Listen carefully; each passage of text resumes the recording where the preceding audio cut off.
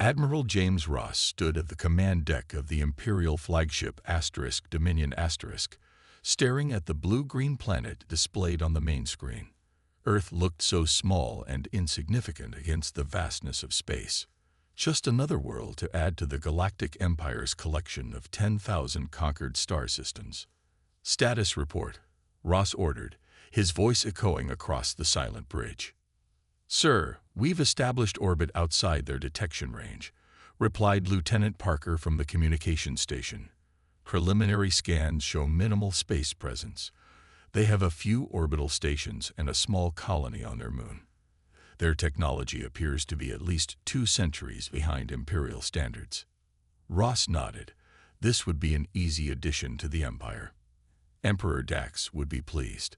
"Prepare the first contact package," Ross commanded. "Standard Imperial protocol. Offer them protection, resources, and technology in exchange for their allegiance and natural resources." "Yes, Admiral." The Empire had performed this ritual thousands of times across the galaxy. Some planets resisted, of course, but most recognized the benefits of joining the greatest civilization in known space. Earth would be no different. 3 hours later, Lieutenant Parker's voice broke the calm of the bridge, confusion evident in his tone. "Admiral, we've received a response from Earth." Ross straightened in his command chair. "That was fast. Display it." The central screen flickered, and 3 simple words appeared. **EN2RY forbidden. Depart AMMEDEATELY**. Silence fell across the bridge. Officers exchanged puzzled glances. Ross read the message again, certain he had misunderstood. "Lieutenant, is this the complete message?" "Yes, Admiral." They sent nothing else. Ross couldn't help but laugh. "They're telling the Galactic Empire to leave. Us? With our fleet of 10,000 warships." He shook his head in amusement. "Send the first contact package again. Perhaps they didn't understand who we are." 20 minutes passed before Earth responded. The same message appeared, though this time with an addition. **EN2RY forbidden. Depart IMADATEL. This is your FINALWARNING**. The Admiral's amusement faded. "Scan their defensive capabilities." The tactical officer worked quickly. "Sir, I'm detecting." "Wait, that can't be right." The young officer's fingers flew across his console. "Sir, I'm reading energy signatures unlike anything in our database. There appears to be some kind of network surrounding the planet, but our sensors can't determine its purpose." Ross frowned. "Weapons?" "Unknown, sir, but the energy output is concerning." The Admiral turned to his second-in-command. "Contact Imperial Command. I want more information about this planet." 2 days later, Ross sat alone in his quarters reviewing the sparse intelligence file on Earth. The Empire knew very little about this world, which was unusual. Their scouts had mapped nearly every habitable planet in this arm of the galaxy. A knock interrupted his thoughts. "Enter," he called. Captain Wilson stepped inside, his face grim. "Sir, Imperial Command has responded. We are to proceed with standard integration protocols regardless of Earth's warning." Ross closed the file. "They're not taking this seriously." "No, sir. The High Command believes it's merely the posturing of a primitive world." "And what do you believe, Captain?" Wilson hesitated. "I believe, sir, that when a small dog barks this loudly, it either has a big friend or knows something we don't." Ross stood and walked to the viewport, gazing down at Earth. Something about this planet felt different. Wrong, somehow. "Prepare the diplomatic shuttle," he ordered finally. "I will lead the delegation myself." "Sir, is that wise given their warning?" Ross turned, his expression hardening. "The Galactic Empire does not take orders from primitive planets, Captain. We give them. Prepare the shuttle for tomorrow." As the captain left, Ross looked once more at Earth. For the first time in his 30 years of service, he felt a strange sensation in his gut. Fear. The Imperial diplomatic shuttle gleamed in the artificial light of the Dominion's launch bay. Admiral Ross adjusted his formal uniform one last time as the delegation of 5 officers prepared to depart. Despite his outward confidence, the strange warning from Earth had planted a seed of doubt in his mind. "Final preparations complete, sir," reported Commander Davis, the pilot assigned to the mission. "We're ready for launch." "Very well," Ross nodded. "Remember, our goal is peaceful contact. No weapons are to be displayed unless I give the order." The shuttle's engines hummed to life as the bay doors opened to reveal the star-filled void of space. Below them, Earth's blue oceans and swirling white clouds looked deceptively peaceful. "Approaching Earth orbit in 10 minutes, Davis announced as they descended. Lieutenant Parker monitored the communications channel. "Still no response to our approach signals, Admiral." Ross frowned. "Continue broadcasting our peaceful intentions." The shuttle glided toward Earth, passing the orbital line that marked the planet's claimed territory. The moment they crossed this invisible boundary, every system on the shuttle flickered. "Sir, energy spike detected," shouted the sensor officer. "Something's." A pulse of blue light washed over the shuttle. The engines died instantly. Emergency lights blinked on as gravity shifted, throwing the crew against their restraints. "Status report," Ross demanded, fighting against sudden weightlessness. "All systems offline," Davis reported, frantically working the dead controls. "We're drifting." Through the viewport, Ross watched as 3 small, unmarked vessels approached from Earth. They were unlike any ships he had seen before. No visible engines, no weapon ports, just smooth, dark surfaces that seemed to absorb light rather than reflect it. "Can we contact the Dominion?" Ross asked. Parker shook his head. "Communications are down, sir. We're completely cut off." The Earth vessels surrounded the shuttle, maintaining perfect formation despite having no visible means of propulsion. A soft hum filled the cabin as a web of energy enveloped their ship. "They're towing us," Davis realized aloud. "But how? There's no physical connection." Ross watched in stunned silence as they were pulled toward a larger vessel that had appeared seemingly from nowhere. Its design was simple but elegant, revealing nothing of its capabilities. "The Dominion will respond," Ross assured his crew, though uncertainty crept into his voice.